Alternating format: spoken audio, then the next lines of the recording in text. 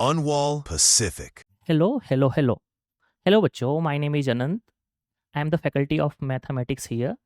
Today we are going to start a chapter of algebra and that is binomial theorem. तो अपन binomial theorem में दो topic पढ़ेंगे for time being. एक topic है general term and the other one is divisibility. ये दोनों topic काफ़ी ज़्यादा इंपॉर्टेंट है with respect to the JEE mains, है ना. अगर तुम प्रीवियस ईयर के क्वेश्चंस देखो तो काफ़ी बार रिसेंट ईयर्स में पूछे गए हैं दोनों टॉपिक. ओके, तो हम ये दोनों topic will start from the basic and we will touch PYQs as well. Okay, तो लेट्स गेट स्टार्टेड. तुम अपने नोटबुक और पेन ले लो एंड ठीक है स्टार्ट करते हैं. तो देखो, अगर तुम ओके तो स्टार्ट करने से पहले we should be talking about कि what exactly is this binomial theorem. तो अगर तुम ध्यान से देखो तो बाइनोमियल थ्योरम जो टॉपिक है ना वो दो वर्ड से मिलके बना है, बाइनोमियल और थ्योरम. तो कोई भी बच्चा जो ग्रेड 6, 7, 8 में वो भी इतना तो बता ही सकता सर कि बाइनोमियल मतलब कि टू टर्म्स. जैसे कि we have studied already in grade 6, 7, 8 कि एक टर्म का मतलब क्या होता, एक टर्म का मतलब है मोनोमियल, दो टर्म्स का मतलब है बाइनोमियल और थ्री टर्म्स का मतलब है trinomial. Of course you should be knowing कि दो या दो टर्म से ज्यादा होंगे तो हम उनको बोलते मल्टीनोमियल एज वेल. ठीक है, ओके, आई होप अभी तक कोई डाउट नहीं है एज सच. ठीक है, तो कोई ग्रेड 6, 7, 8 में पढ़ने वाला बच्चा भी ये बात तो बता ही सकता है कि सर बाइनोमियल थ्योरम कुछ हो ना हो इतना तो जरूर होगा कि somewhere it's related to two terms. बात बिल्कुल सही है कि binomial theorem is related to two terms.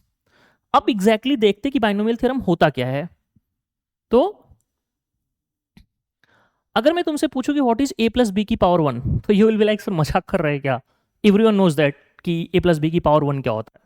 तो ठीक है, 2 सेकंड के लिए मजाक ही कर लेते हैं. बताओ, a प्लस बी की power 1 is a plus b. a plus b का whole square is going to be a square plus 2ab plus b square. a plus b का cube is going to be a cube plus 3a square b plus 3ab square plus b cube. a plus B की power 4. तो once I ask a plus B की power 4, many of you से that कि sir we know identity till here only, we don't know anything about a plus b की power 4. But whoever is a bit good in maths will be able to say कि sir कुछ हो ना हो a plus b की power 4 को मैं लिख दूंगा a plus b का होल स्क्वायर और इसकी पावर एक बार और whole square. So of course that's how I will be opening a plus b का whole square, that's going to be a square plus 2ab plus b square और इस पूरे का स्क्वायर. बिल्कुल सही है, ठीक. But if I ask you a plus b का whole power 5, what will you do. तो a प्लस बी की पावर 5 कोई आइडेंटिटी भी तुमने नहीं याद की, ना ही तुम्हें ऐसे पावर के पावर में लिख के कुछ कर सकते हो, है ना. सोचो सोचो क्या कर सकते नहीं कुछ आ रहा ना. तो देयर कम्स बाइनोमियल थ्योरम. दो टर्म के पावर में 5, मतलब दो टर्म लिखे हो, बाइनोमियल एक्सप्रेशन लिखा हो, अगर उसके पावर में कुछ है तो फिर हम यूज करेंगे यहां पे बाइनोमियल थ्योरम का. बाइनोमियल थ्योरम, ठीक है.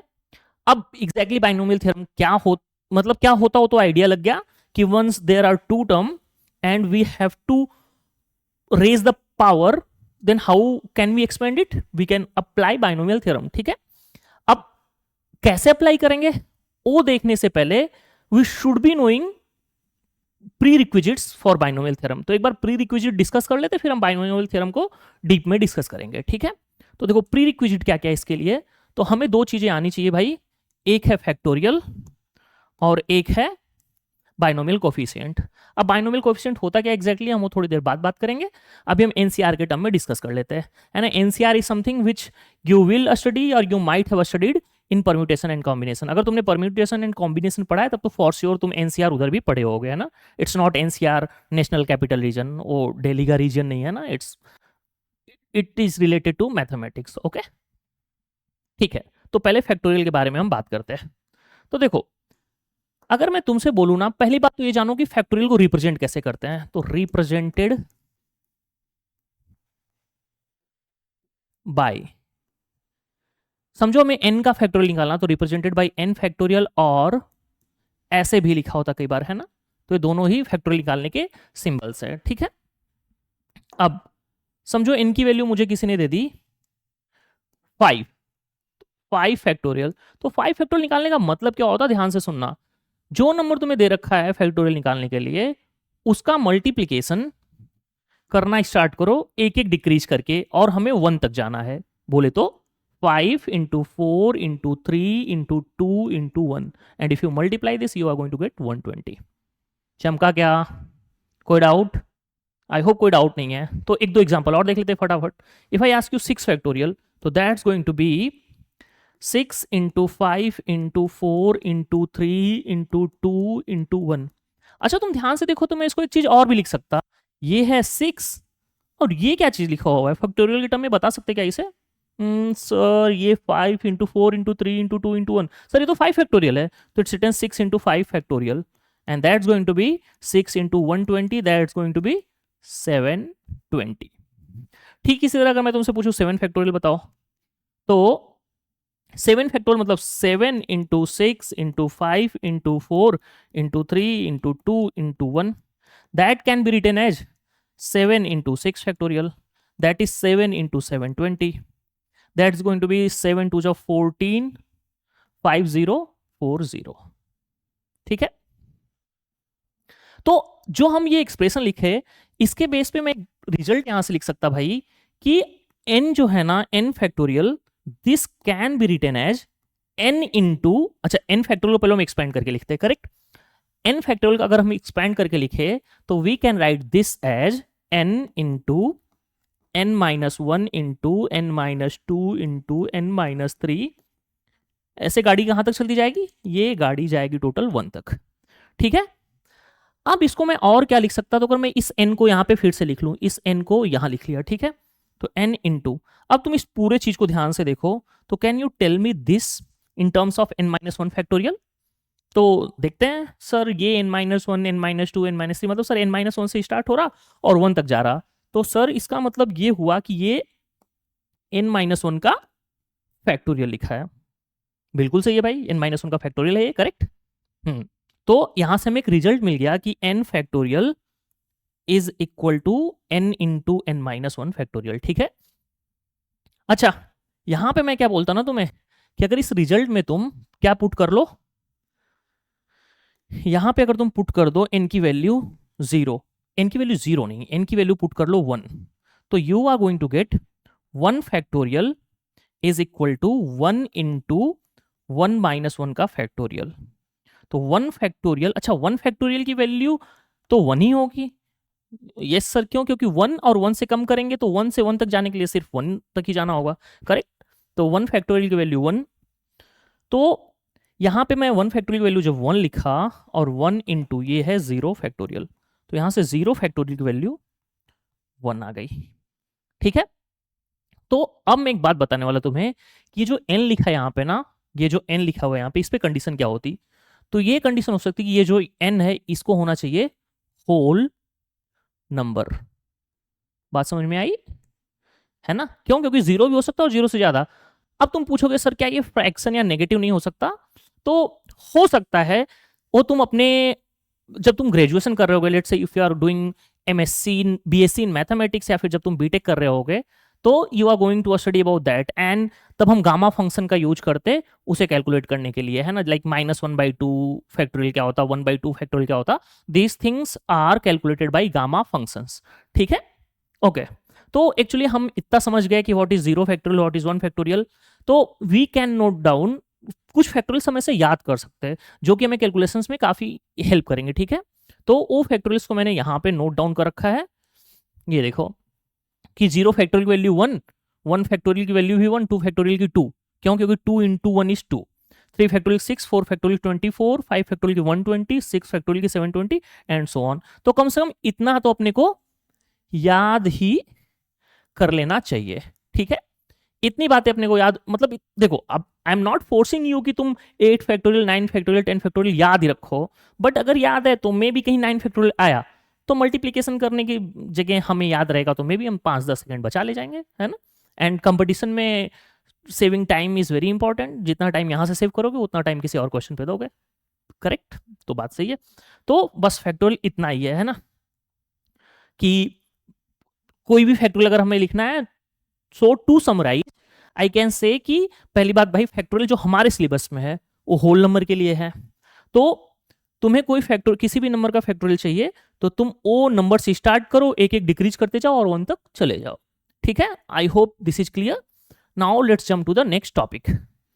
ठीक है, जिसको स्क्रीनशॉट लेना है ले सकते हो। ओके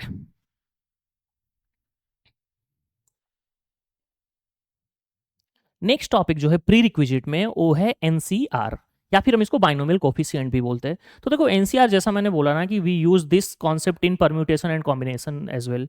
क्यों? क्योंकि ये डिफिनीशन पढ़ो, क्या बोल रखा है कि भाई अगर देयर आर एन आइटम्स और हमें उसमें से आर आइटम्स को सेलेक्ट करना है, तो एन आइटम में से आर आइटम को सेलेक्ट करने के लिए वी यूज एनसीआर। हाँ, वहां पे हमें ऑर्डर का ध्यान नहीं रखना होता, मतलब ऐसा नहीं कि पहले ए को सिलेक्ट करना है, उसके बाद बी को सिलेक्ट करना, उसके बाद सी को सिलेक्ट करना। Let's say we have this 26 alphabet A to Z and we have to select one alphabet out of that, so order should not be, does not matter, है ना, व्हाइल कैलकुलेटिंग एनसीआर। ठीक है, anyway हम यहाँ पे permutation and combination नहीं पढ़ रहे, तो हमें वो सब जानना इतना जरूरी नहीं है। I am going to tell you the formula straight forward. ठीक है, तो जो एनसीआर का फॉर्मूला है अपन वो देखते डायरेक्ट। तो एनसीआर का फॉर्मूला होता है n factorial upon r factorial n minus r factorial, ये है इसका फॉर्मूला। ठीक है, अब ये है, अब यहीं पे हम ना कुछ कंडीशन भी मैं तुम्हें यहीं पे बता देता कि एन और आर पे कंडीशन क्या होनी चाहिए। तो देखो एन जो है वो हमेशा बिलोंग करता नेचुरल नंबर से। ठीक है, क्यों? क्योंकि जैसे अब तुम्हें कुछ आइटम्स हैं और उसमें से कुछ आइटम्स पिक करने, तो number of item is going to be natural number. How can you say कि there are 3.5 items? Okay, and then r belongs to whole number. R whole number कैसे? तो हम कह सकते हैं ना भाई कि 10 ऑब्जेक्ट है, उसमें से मुझे कुछ नहीं लेना, मतलब 10 सी 0, कुछ नहीं लेना मतलब 10 सी 0। तो n was 10, r was 0 at that time. हाँ, एक चीज का और हमें ध्यान रखना होगा कि जो n है ये या तो कम होगा या फिर इक्वल होगा, सॉरी r जो है, ये कंडीशन हमने गलत लिख दी, हमें उल्टा लिखना चाहिए, है ना, कि जो r है ये या तो n से कम होगा या n के इक्वल होगा। ऐसा कैसे? तो लेट से 10 आइटम है, 10 आइटम में से हमें कुछ आइटम पिक करना है, तो हम 10 में से 11 थोड़े ना उठा सकते हैं, है ना। आई मीन ऐसा होने लगे काश, तो फिर mathematics is not going to exist any more, अगर ऐसा हम करने लगे तो फिर that is why r can not be greater than n. हाँ, it can be equal for the scenario कि अगर तुम 10 आइटम है और 10 के 10 आइटम उठा लो, 10 के 10 आइटम सेलेक्ट कर लो, तो दैट इज 10 सी 10, उस टाइम पे आर और एन इक्वल है। तो ये कंडीशंस भूलना मत, है ना, ये कंडीशन भूलना मत। ठीक है, ओके कुछ अब एनसीआर जब हम कॉन्सेप्ट सीख लिए तो कुछ वैल्यूज कैलकुलेट करते हैं। तो लेट से हमें कैलकुलेट करना, एग्जांपल्स देखते हैं। लेट से हमें कैलकुलेट करना 6c2।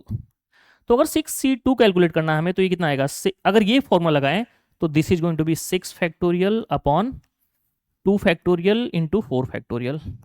ठीक है, अब मेरी बात ध्यान से सुनना। Of course using formula I am going to write this, but इसकी जरूरत नहीं हमें कभी पड़ती अगर हम एक शॉर्टकट लगाएं, मतलब बाई फॉर्मूला तो यही आता, बट सॉल्व करने के लिए कोई जरूरी नहीं कि मैं हर बार ऐसे फॉर्मूला लिखूं। मैं जो टेक्निक बताता हूं ध्यान से सुनना।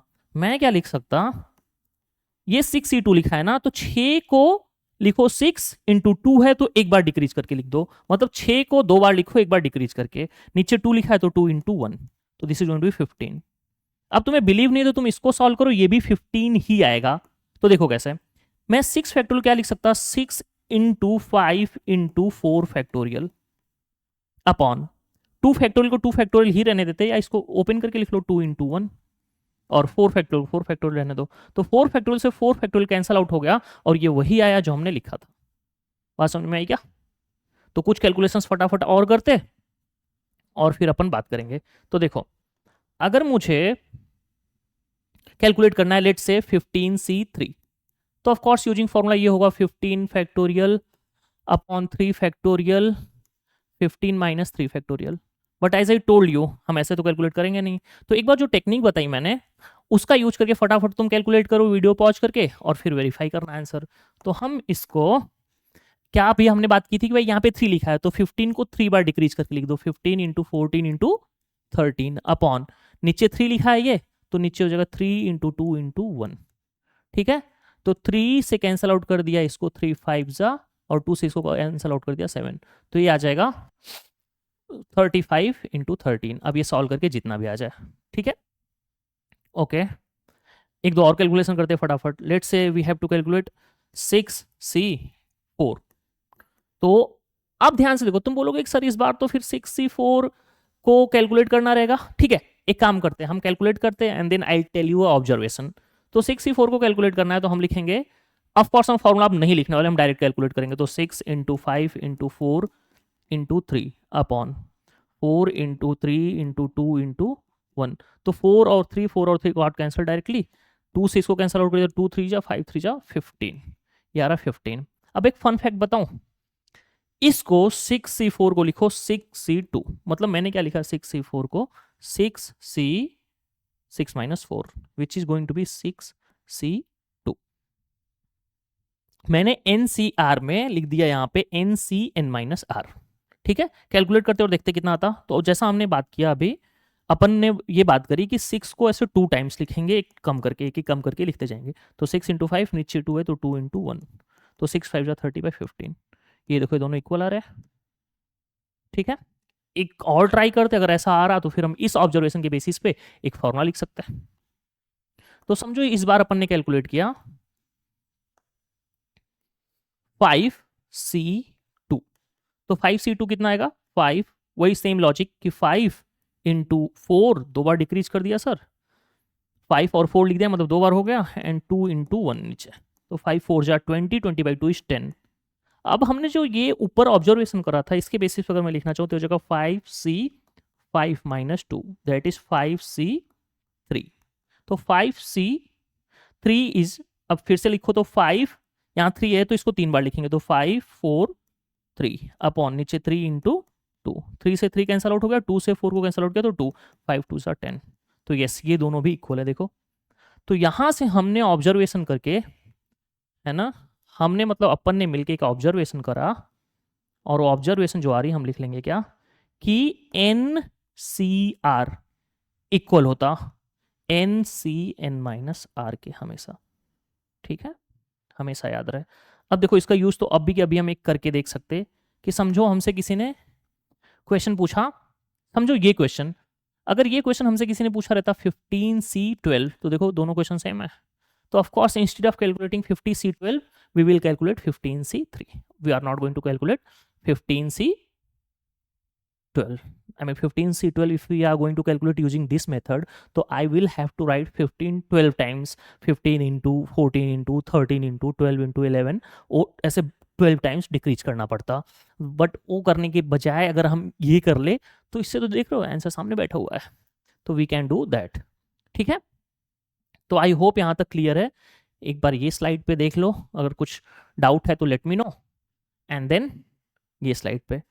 तो ये होता बाइनोमियल कोफिशिएंट का कॉन्सेप्ट। ठीक है, ओके।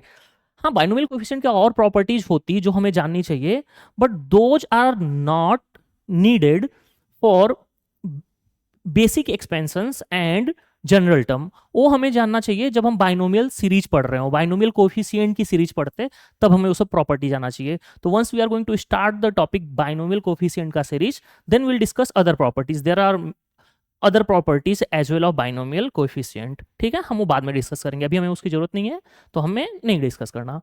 हाँ, तो मैं क्या अभी बोलता कि हमने डिस्कस कर लिया।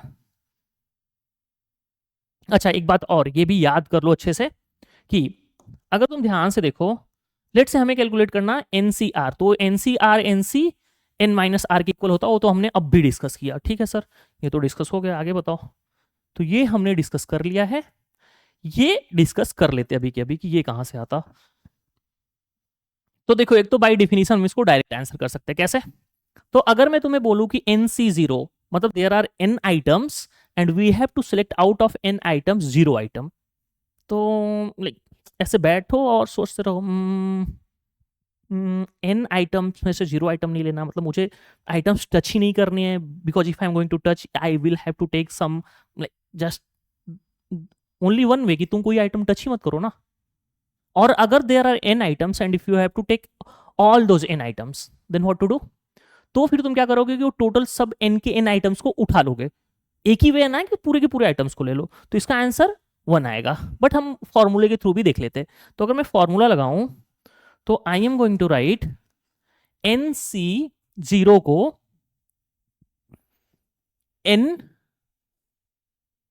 NC0 को okay, so NC okay, here we are going to apply n factorial. I am going to use the basic formula, the main formula which we have written. What do I mean by main formula? तो ये मैं ये use कर रहा, ठीक है ना. This formula देखो, तो लेट्स यूज दिस. तो this is going to be n factorial upon n minus n factorial into n factorial. This is going to be 1 upon 0 factorial, that is 1. Correct.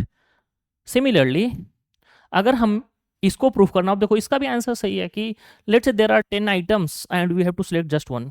तो either we can pick first और second और third और fourth और fifth और sixth और seventh और eighth और ninth और tenth.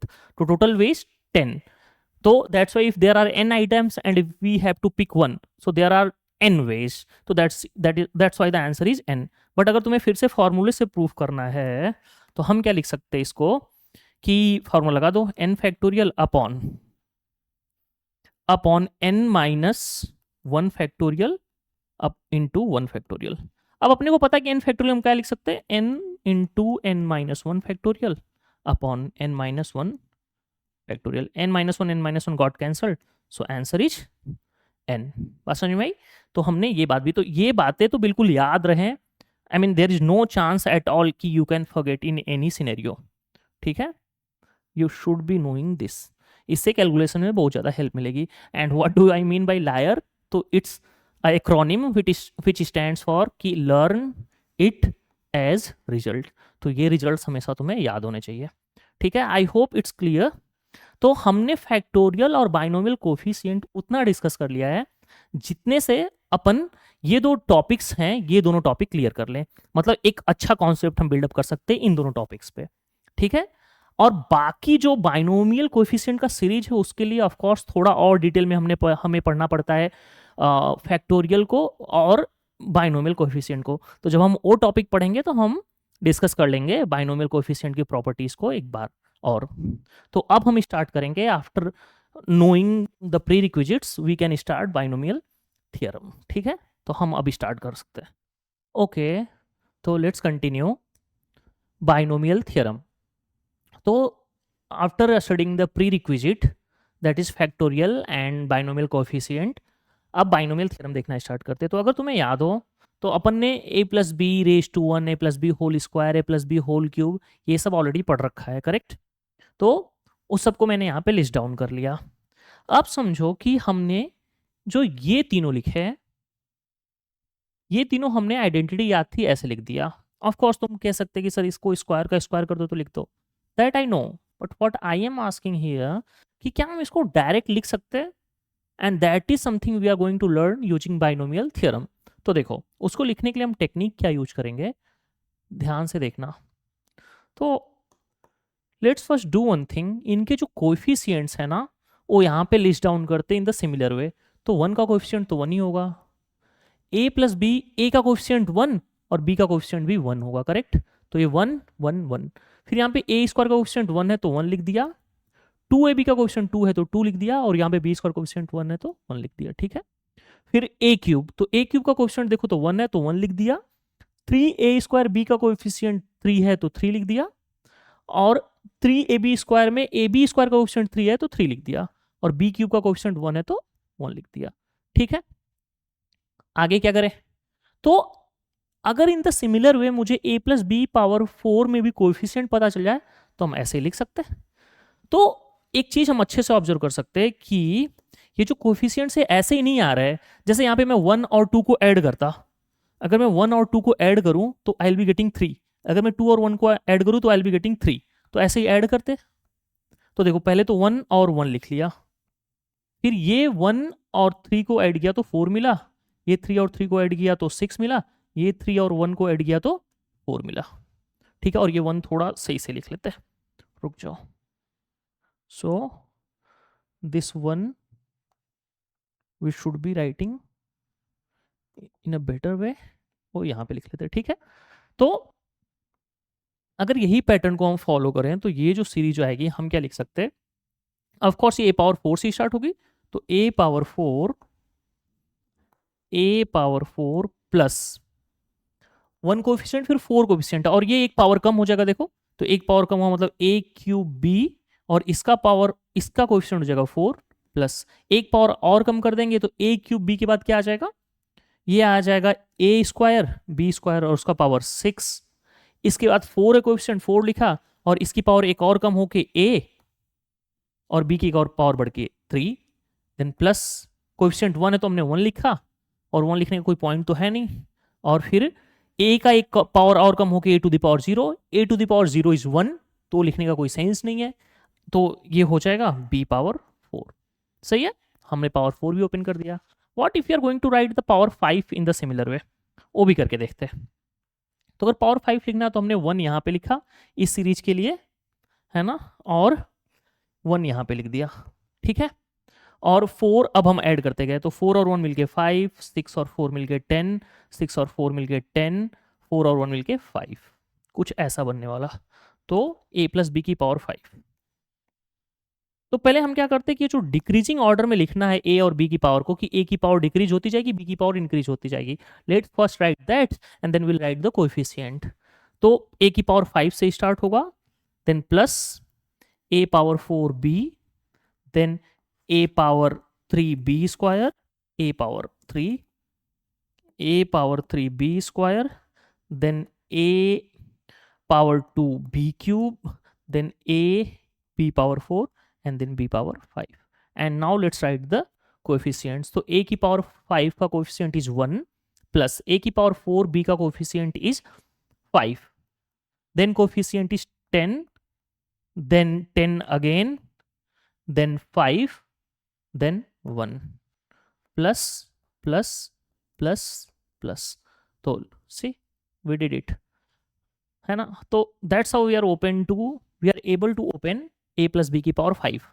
But again the main question arises कि क्या सर हमें हर बार ऐसे ट्रायंगल बनाना पड़ेगा, तो नहीं, we will see what to do instead of this triangle कि हम डायरेक्ट आंसर लिख पाए, तो हम वो देखेंगे। But before that this triangle has some name, वो मैं तुम्हें बता दूं कि ट्रायंगल को क्या बोलते हैं।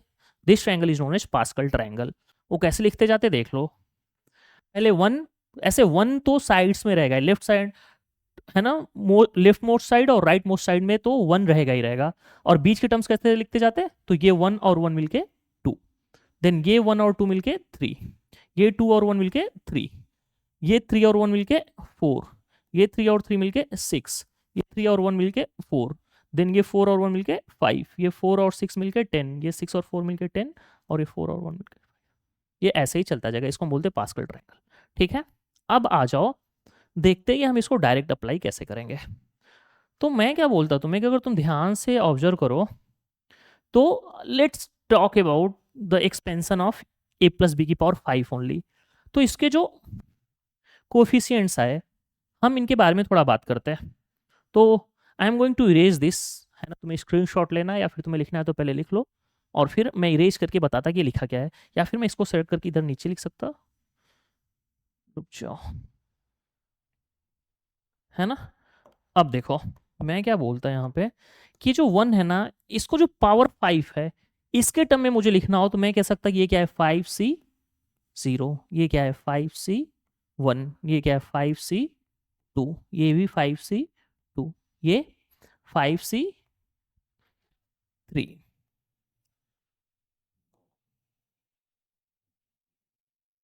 एक सेकंड, नंबरिंग गलत हो गई, रुक जाओ, ये 5c2 है और ये 5, this is 5c3, this is 5c4 and this is 5c5। now what do I mean by this, तो एक बार वो रिप्लेस करके देखते क्या हो रहा है। तो it's written 5c0 a⁵ b⁵0 plus 5c1 a⁴ b⁵1 plus 5c2 a⁵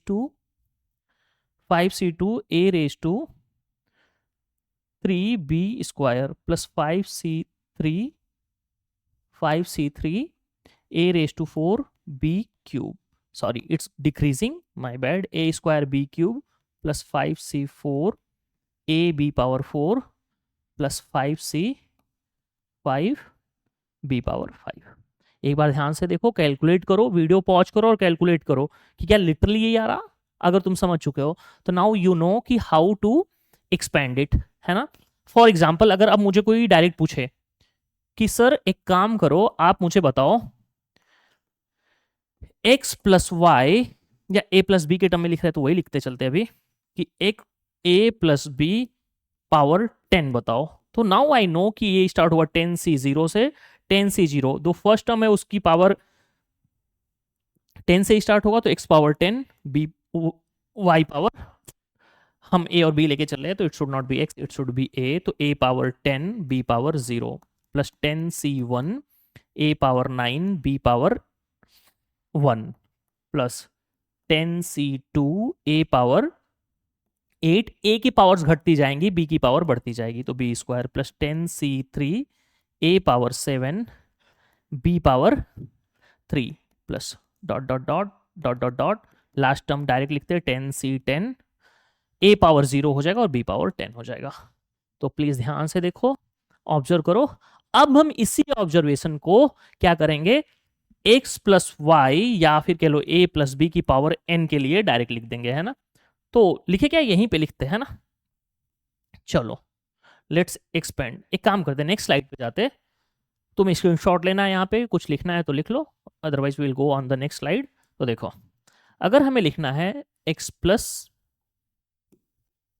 Y power n, तो ये जो प्रीवियस ऑब्जर्वेशन है उनको तुम ध्यान से जाके देखो, तो ये हो जाएगा nc0 x power n y power 0 plus nc1 x power n minus 1 y plus nc2 x power n minus 2 y square plus nc3 x power n minus 3 y cube plus dot dot dot dot plus last term ncn x power 0 y power n. If someone asks me to write second last term, so that is ncn minus 1 x power, अच्छा अब मुझे ये power लिखना है और मुझे ध्यान नहीं आ रहा, तो उसके दो तरीके हैं लिखने के यहाँ पे, है ना। दोज टू मेथड्स आर कि तुम x के पावर 0 के पहले वाला पावर क्या होगा 1, क्यों, क्योंकि डिक्रीज होता जा रहा। एक चीज और हम देख सकते हैं कि इन दोनों का जो डिफरेंस है ncr में जो n माइनस आर होता है यहाँ पे आता है ना, तो ये हो जाएगा n माइनस 1 दैट इज 1, तो ये 1 होगा x की पावर 1, और फिर y की पावर ये n था, तो y के n के पहले y का पावर क्या आएगा n माइनस 1, या फिर तुम डायरेक्ट कह सकते कि सर यही जो है ना, आप कहीं ऑब्जर्व करो तो ये जो r है ये y की पावर हमेशा होता है। देखो ये जो r है ना, ये जो r है ये y की पावर है, ये y की पावर है, एक सेकेंड, ये y की पावर है यहाँ पे 1, देखो ये 2 जो है, ये 2 जो है ये y की पावर है, देख रहे तुम। तो यस, तो इस हिसाब से ये जो n माइनस 1 है ये y की पावर आ जाएगा, तो ऐसे करेक्ट। तो ये that's how we are going to expand any binomial expression, जो कि हम अब सीख चुके हैं, करेक्ट। कोई दिक्कत है तो पूछो, अदरवाइज लेट्स मूव अहेड। अच्छा यहां से कुछ अच्छे ऑब्जर्वेशन हम कर सकते हैं, बहुत ही इंपॉर्टेंट ऑब्जर्वेशन। तो अगर तुम ध्यान से देखो तो हर एक टर्म की जो पावर में सम है, मतलब जो x और y के पावर्स उनका सम करोगे तो n होगा। जैसे यहाँ पे n और ये 0, n और 0 मिलके 1, जैसे ये n माइनस 1 और ये 1, तो n माइनस 1 और 1 मिलके n, माय बैड ये n है, मैंने 1 नहीं n बोला है ना, तो ये n है, n माइनस 1 और 1 मिलके 1 नहीं n है, this is n, n minus 2 और 2 मिलके n, यहाँ पे n माइनस 3 और 3 मिलके n, 1 और n माइनस 1 मिलके n, 0 और n मिलके n, तो ये पावर हमेशा n होनी चाहिए। तो एक्सपेंशन में अगर तुम्हें कहीं भी डाउट लग रहा है उनकी पावर ऐड करो, अगर वो इंडेक्स के बराबर आ रहा है it means we are going on the right path. एक चीज और ऑब्जर्व कर सकते हैं हम कि जो देखो ओके ध्यान से सुनना, एक्सपेंशन में ये जो चीजें अभी हमने पढ़ा था अलग से, कि जो ये हमने लिखा है nc0 nc1 nc2 nc3 NCN-1, NCN, इन सबको हमने क्या नाम दिया था? Binomial coefficient. तो अगर तुम ध्यान से देखो तो binomial coefficient from the starting and from the end equidistant binomial coefficients are going to be equal. कैसे? क्योंकि हमने कॉन्सेप्ट पढ़ा था एनसीआर का कि NC0 और NCN-R इक्वल होंगे, NC1 और NCN-1 इक्वल होगा, NC2 और यहां पे जो टर्म आएगा यहां इसके जस्ट पहले वाला वो आपस में इक्वल होगा। तो इस बात का ध्यान रहे, ठीक है। इन बातों को मैंने यहां पे लिस्ट डाउन कर रखा है, we can see it from here.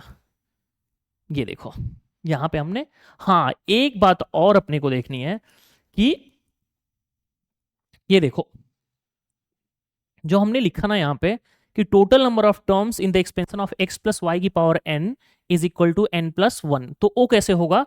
तो अगर तुम पीछे जाके कहीं भी रियलाइज करो, ये देखो जब हमने a प्लस बी की पावर 1 ओपन किया तो पावर 1 है तो 2 टर्म, जब पावर 0 थी तो 1 टर्म, जब पावर 2 थी तो 3 टर्म, जब पावर 3 थी तो 4 टर्म, जब पावर 5 है तो 6 टर्म, जब पावर 7 है तो 8 टर्म, जब पावर 10 है तो कितना टर्म्स? 11 टर्म्स। तो जब पावर n होगा तो कितना? n+1 terms. तो वो सब ऑब्जर्व करके हमने यहाँ पे लिस्ट डाउन कर लिया है। एक बार ध्यान से पढ़ लो ये, और ये बात तो भी मैंने जस्ट एक्सप्लेन किया, ये सब बातें एकदम ऐसे तुम्हें बाय हार्ट होनी चाहिए, है ना? ठीक है, तो ये एक्सपेंशन था, ये हमने उसको उसके पॉइंट्स लिख दिए। अच्छा एक बात और यहाँ पे ऑब्जर्व करने वाली है कि लेट से अगर हम यहाँ पे x प्लस वाई के जगह y प्लस एक्स की पावर n को एक्सपेंड करें, y plus X whole to the power n, तो इस बार क्या होगा? Nothing is going to change. I mean this and this, we know that कि x प्लस वाई की पावर n लिखो या y प्लस एक्स की पावर n लिखो, both are same, correct. But if we have to expand this, तो इस बार y की पावर डिक्रीज होता चला जाएगा और x की पावर इंक्रीज होता चला जाएगा। कैसे? देखो, तो we are going to start from NC0 y to the power 0 y to the power n, x to the power 0 plus NC1 y to the power n-1 x plus NC2 y to the power n-2 x square plus NC3 y to the power n-3 x cube plus dot dot dot plus last term let's write NCN y to the power 0 x to the power n। Okay, so या I mean देखो, अब मैं तो बोलूंगा इसको x और y के term में याद ही मत करो। तुम्हें तो हर बार मैथ्स में ना इट्स वेरी इंपॉर्टेंट कि चीजों को जनरल वे में याद करो। क्यों? क्योंकि x और y तो वेरिएबल है। तुम अगर x को फर्स्ट प्लेस पे याद कर रखे और y को सेकंड प्लेस पे, तो what if I am going to change the place? Now you are going to be confused.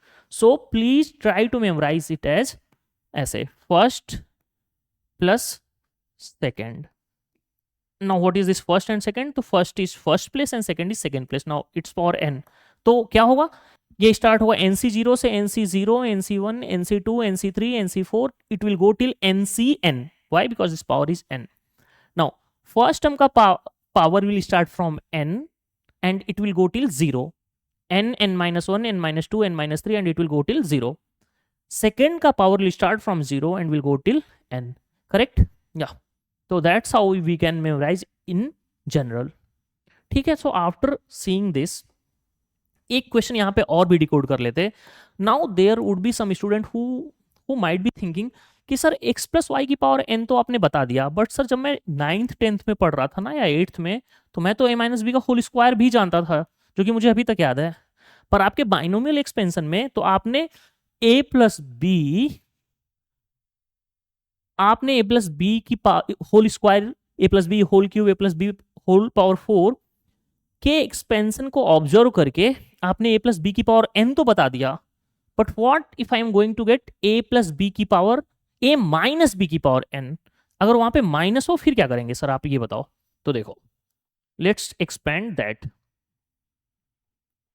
a minus b की पावर में n, ठीक है। तो ये करना काफी फन है अगर तुम मैथ्स को फिर से थोड़ा भी ऐसे इंटरेस्ट लेते हो। तो मुझे अगर एक्सपेंड करना है एक्स माइनस वाई की पावर n, बिल्कुल हमने एक्स माइनस वाई की पावर n नहीं पढ़ा, बट क्या मैं इसको ये नहीं लिख सकता क्या, x minus plus minus y की पावर n? बस हो गया। For me, this is the first term, this is the second term. So yeah, let's open it. NC0 x power n minus y power 0 plus NC1 x power n minus 1 minus 1 power 1 plus minus y power 1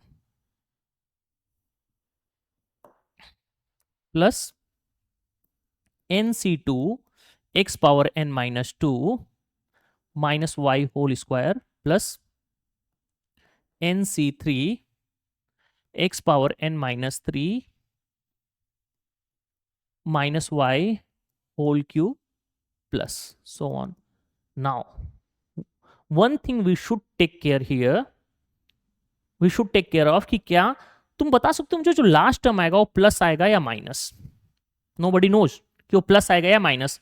That's going to depend on n का value कि n even है या odd.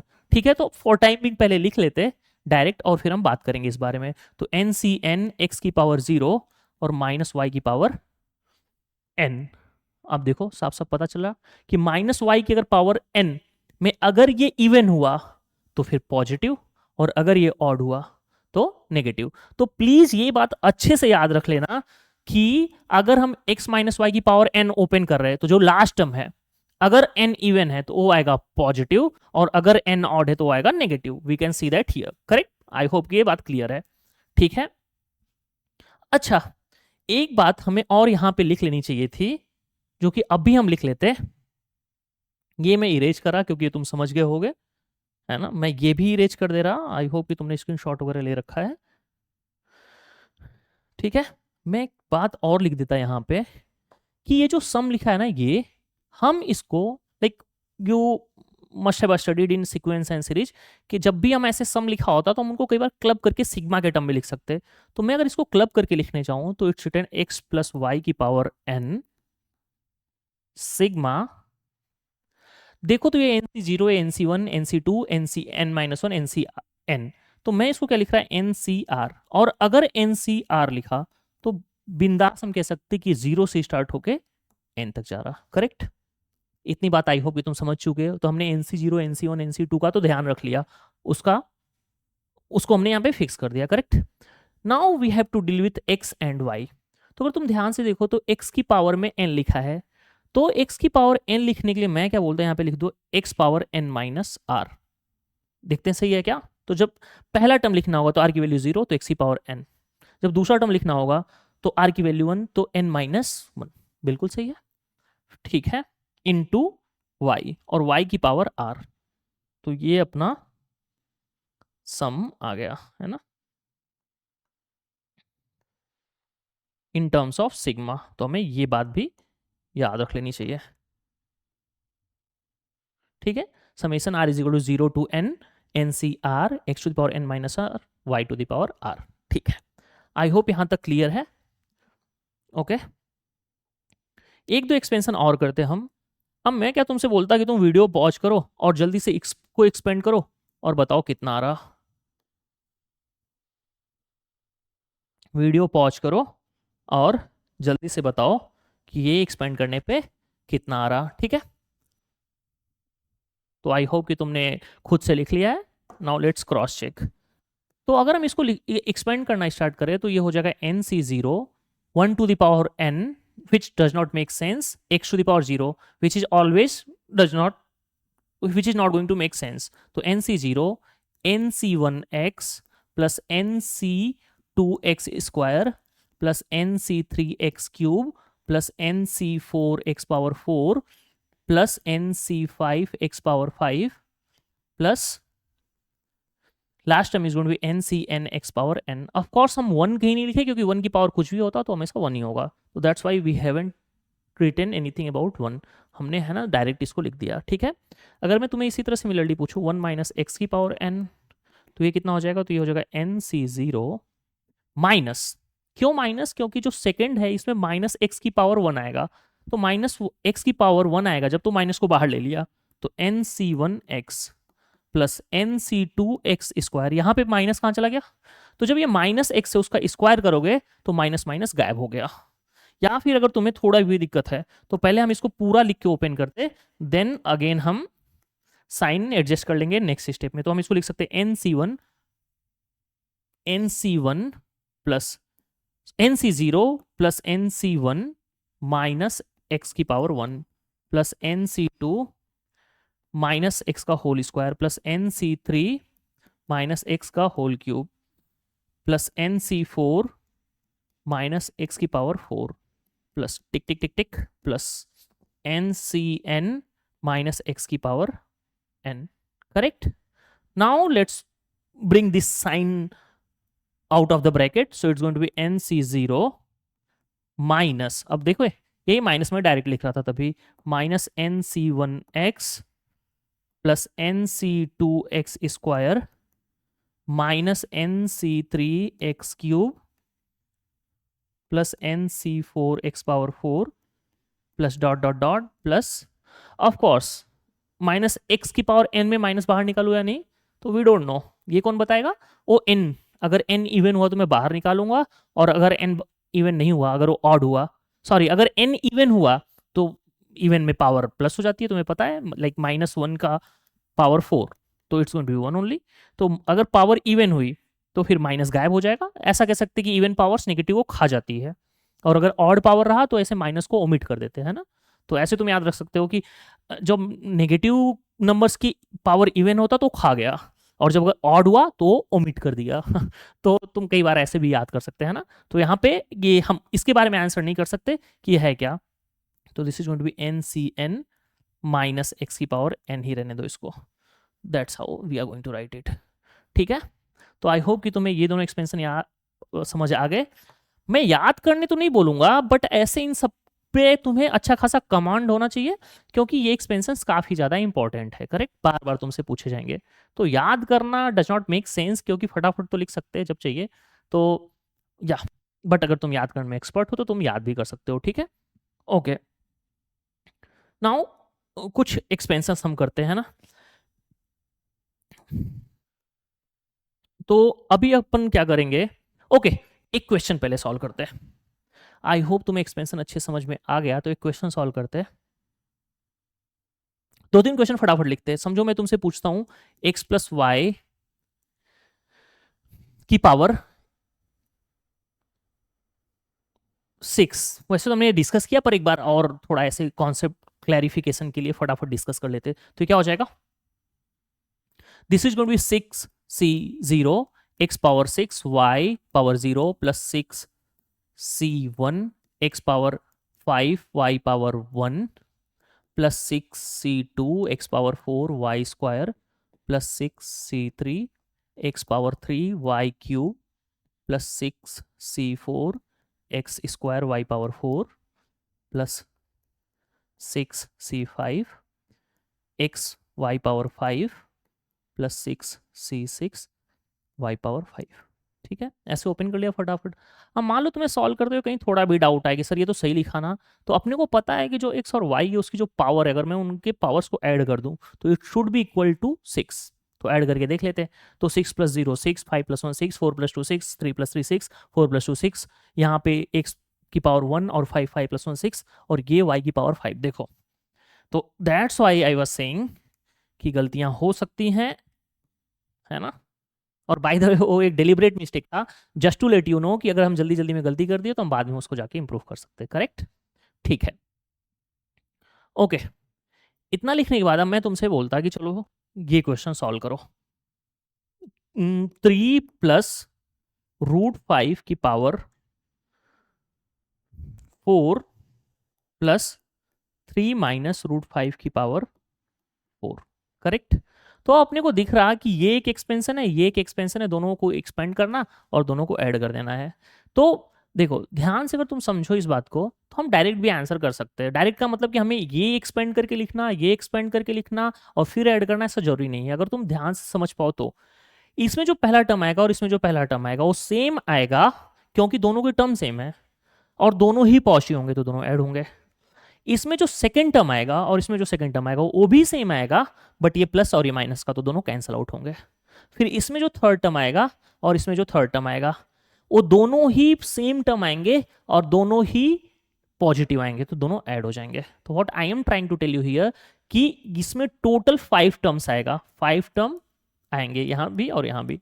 तो इनके कौन कौन से term add होंगे, ध्यान से सुनना, फर्स्ट थर्ड और फिफ्थ टर्म ऐड हो जाएंगे। तो 2 times T1 plus T3 plus T5। ठीक है, मैं फिर से बोलता एक बार, सुनो ध्यान से। मैंने क्या बोला, जब हम इसको एक्सपेंड करेंगे तो जो टर्म्स आएंगे वो सेम आएंगे, बस इसमें सबके सब प्लस आएंगे, इसमें पहला प्लस, दूसरा माइनस, तीसरा प्लस, चौथा माइनस, ऐसे आएगा। ठीक है, तो first term will be getting added, second इसमें नेगेटिव होगा तो इससे कैंसिल आउट हो जाएगा, फिर थर्ड दोनों में पॉजिटिव होगा तो ऐड हो जाएगा, फिर फोर्थ इसमें नेगेटिव होगा तो इससे कैंसिल आउट हो जाएगा, फिर फिफ्थ पॉजिटिव होगा। अब बिलीव नहीं है तो let's expand it and let's see कि कैंसिल हो रहा है कि नहीं, कौन कौन से टर्म, सेकेंड और fourth. Let's do it.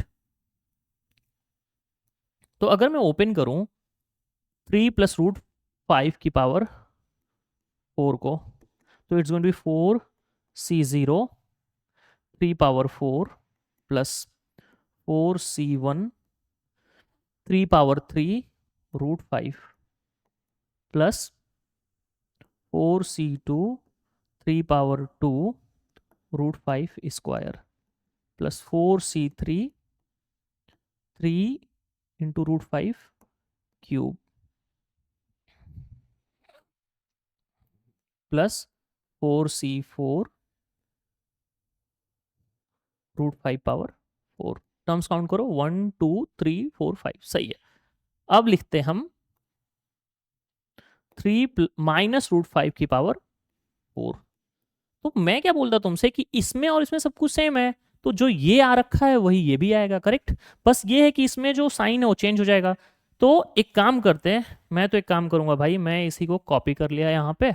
Of course you might not be having this luxury of copying if you're writing on the notebook, but मेरे पास तो लग्जरी है, तो लेट मी यूज इट। अब लेट्स चेक कि कहाँ कहाँ पे साइन नेगेटिव आएगा। तो ऑफ कोर्स फर्स्ट टर्म पे नहीं आएगा, सेकंड टर्म पे रूट 5 की पावर 1 होगा, तो रूट 5 की पावर 1 होगा तो यहाँ पे नेगेटिव। ठीक है, फिर थर्ड टर्म पे स्क्वायर है, तो स्क्वायर है तो नेगेटिव को खा जाएगा, तो वहां पे प्लस ही रहेगा।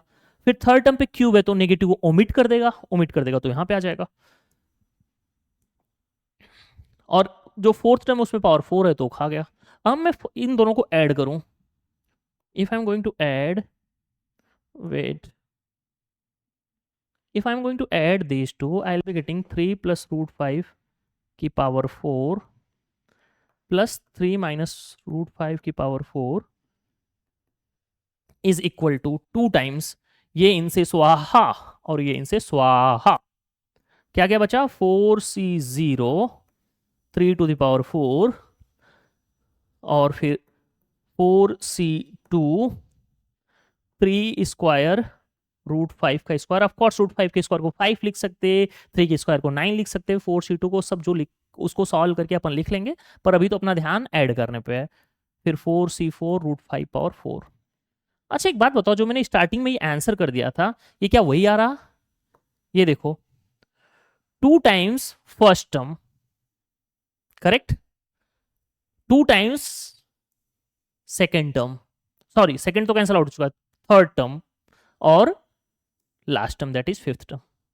तो अगर तुम ध्यान से ऑब्जर्व कर लिए होते तो you need not to do this all, है ना, तुम सीधे फर्स्ट टर्म लिखते, थर्ड टर्म लिखते और फिफ्थ टर्म लिखते। हाँ ये अलग बात है कि तुम पूछोगे सर हम फर्स्ट थर्ड और फिफ्थ टर्म डायरेक्ट कैसे लिख सकते, तो अगर तुम इसको डायरेक्ट ऑब्जर्व करके अभी नहीं लिख पा रहे हो तो we are going to learn the concept of general term, फिर वहां से फर्स्ट थर्ड और फिफ्थ टर्म हम डायरेक्ट लिख सकते।